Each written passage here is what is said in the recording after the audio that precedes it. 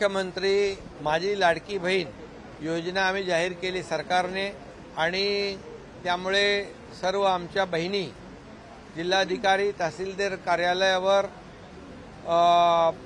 आपल्या या योजनेमध्ये सामील होण्यासाठी योजनेचा लाभ घेण्यासाठी जी गर्दी झालेली आहे आणि आमच्या भगिनींना वाटतं की 15 दिवसामध्ये आम्ही जर ते निकष आणि पात्रता पूर्ण केली नाही, आम्ही नोंद केली नाही तर आम्हाला लाभ मिळणार नाही असा जो काही गैरसमज पसरलेला आहे महाराष्ट्रातल्या आमच्या बहिणींच्या मनामध्ये, तो आज आम्ही बैठकी घेऊन दूर केलेला आहे।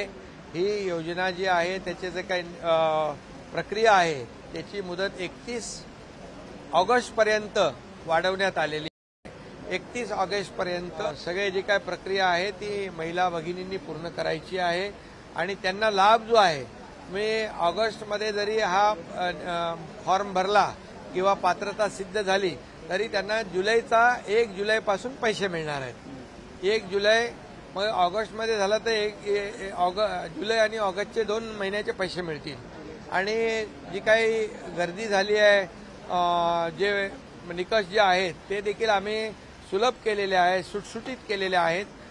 त्याच्यामध्ये जन्माचा दाखला असेल, त्यांच्याकडे जे काही डोमिसाईल आपण मागतो अधिवास त्याच्या बरोबर त्याच्याऐवजी समजा जन्माचा दाखला असेल, शाळेचा दाखला असेल 15 वर्षापूर्वीचा, रेशन कार्ड पिवळा आणि केसरी 15 वर्षापूर्वीचा असेल किंवा वोटर लिस्टमध्ये त्यांचं नाव असेल तर त्यांना याच्यामध्ये पात्र धरलं जाईल। त्यामुळे कुठलीही काळजी त्यांनी करू नये, कुठलीही चिंता करू नये। आणि दुसरी गोष्ट, या सर्व नोंद आणि प्रक्रियेला कुठलाही एकही रुपया सरकारच्या माध्यमातून घेतला जाणार नाही। कुणी कुणाला पैसे देता कामा नये आणि जे कोणी पैशाची मागणी करतील त्याची तक्रार कलेक्टरकडे त्यांनी करावी, त्याच्यावर कठोर कारवाई केली जाईल, त्याला जेलमध्ये टाकलं जाईल। जे कोणी अधिकारी कर्मचारी याच्यामध्ये आमच्या महिला भगिनींकडून पैशाची मागणी करतील अशा लोकांना माझा इशारा आहे की कुठल्याही परिस्थितीमध्ये याच्यामध्ये सर्वसामान्य महिला भगिनी आहेत त्यांना याचा लाभ मिळाला पाहिजे। मुख्यमंत्री माझी लाडकी बहीण योजना यासाठी आपण हा निर्णय घेतलेला आहे, त्यामुळे याची नोंद सर्व अधिकारी आणि कर्मचाऱ्यांनी घ्यावी। याच्यामध्ये आणखी आम्ही असा बदल केलेला आहे की 21 ते 60 वर्ष होतं ते 21 ते 65 वर्ष केलेलं आहे। 21 ते 65 वय गटातल्या महिलांना आमच्या बहिणींना हा लाभ मिळेल।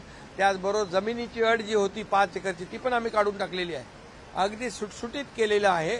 आणि त्यामध्ये आपल्या सर्व अधिकारी, जिल्हाधिकारी आणि तहसीलदार प्रांत यांना माझ्या सूचना आहेत की या सर्व योजनेचा लाभ जो आहे या महिला भगिनींपर्यंत पोहोचला पाहिजे, ही सरकारची भूमिका आहे। आणि म्हणून याची जी प्रक्रिया आहे प्रक्रिया सुलभ होण्यासाठी त्यांना महिलांना आमच्या भगिनींना संपूर्णपणे मार्गदर्शन करण्याचं काम प्रशासनाने करावं।